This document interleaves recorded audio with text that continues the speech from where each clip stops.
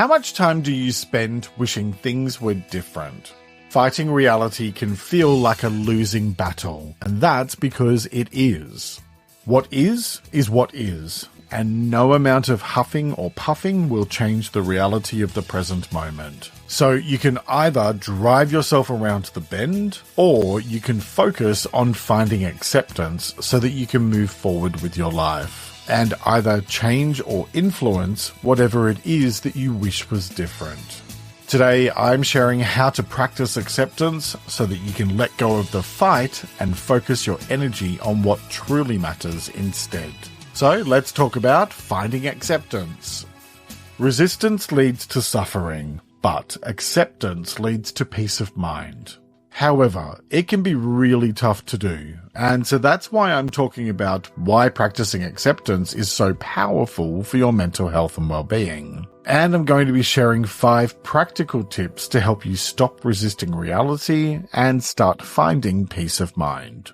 If you're new here, I'm Jeremy Godwin. I'm a mental health counsellor who's also had to deal with a lot of my own issues, like anxiety and depression. And I teach you simple ways to improve your mental health. So, welcome. The first thing you need to understand is that reality cannot be changed, because what is what is. Because fighting reality doesn't change it. It just wears you out. The way things are at this precise moment in time are the way they are. You can change the future through your words and actions, but you can't change the past. And since the past is what created this moment in time, that means that the present is what it is. You can either resist the reality of the present, or you can choose to accept it. Now, let's be clear that acceptance doesn't mean you have to like everything about your life or be happy about events or the state of the world, but it does mean acknowledging that what is what is. No amount of wishing otherwise will change that fact. When you stop fighting reality, you free up your energy for things you can change. And that's how we create a better future. When you're faced with a difficult situation, ask yourself, is this something I can change, or is it outside of my control? If it's out of your hands, remind yourself, I don't have to like this, but I can accept it as it is right now. Resistance leads to torment, because what you resist persists. Let me tell you a story. When I worked in the corporate sector, there was a particularly unpleasant woman in a senior role who absolutely couldn't stand me and made it very obvious. And I was convinced that if I just kept on chipping away and trying to build a good relationship with her, that she'd finally stop speaking to me like I was a piece of rubbish. Surprise, surprise, it didn't work.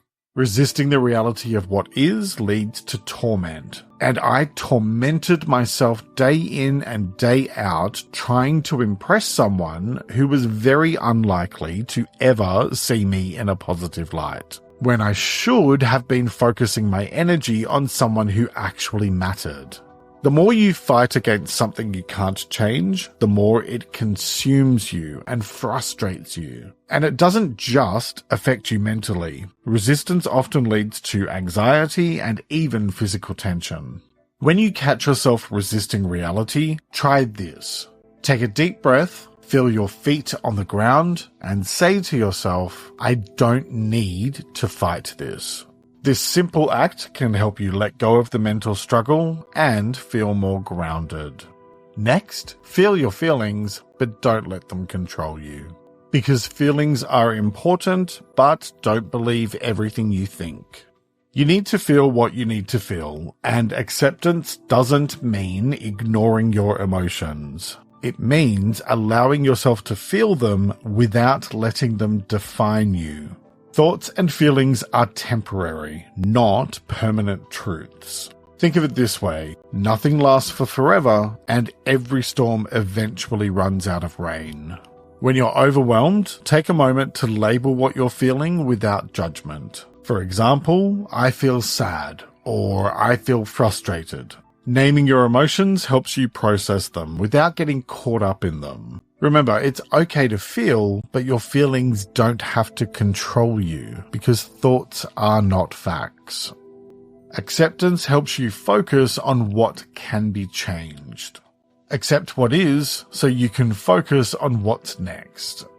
When you accept things as they are, you free up energy to focus on solutions and growth, instead of being stuck in problems and frustration. The best way forward is to set a forward-focused intention. After accepting a situation, ask yourself, what's one small step I can take to move forward? Whether it's making a plan, seeking support, or simply taking a break, focusing on action helps you shift from resistance to progress. Because resistance leads to suffering, acceptance leads to peace. Acceptance isn't giving up, it's setting yourself free. When you accept the reality of a situation, you're not saying it's okay. You're saying that you're ready to stop letting it control you.